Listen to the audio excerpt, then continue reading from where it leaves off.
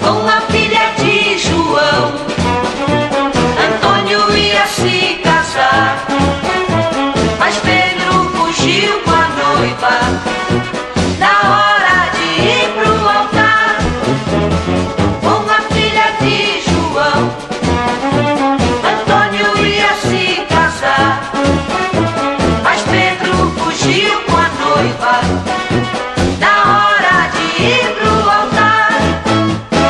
A fogueira está queimando, o balão está subindo, Antônio estava chorando e Pedro estava fugindo.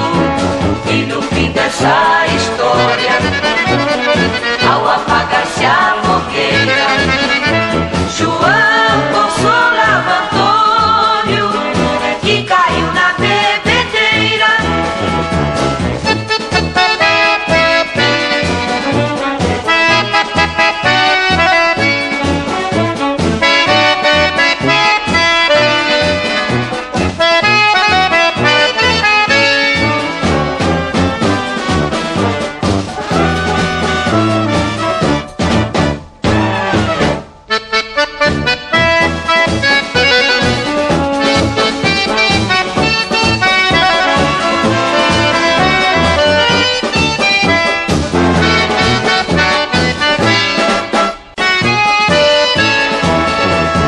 Com a filha de João, Antônio ia se casar, mas Pedro fugiu com a noiva na hora de ir pro altar.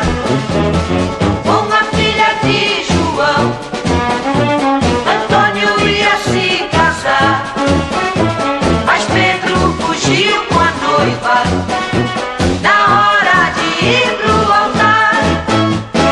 A fogueira está queimando, o balão está subindo, Antônio estava chorando e Pedro estava fugindo.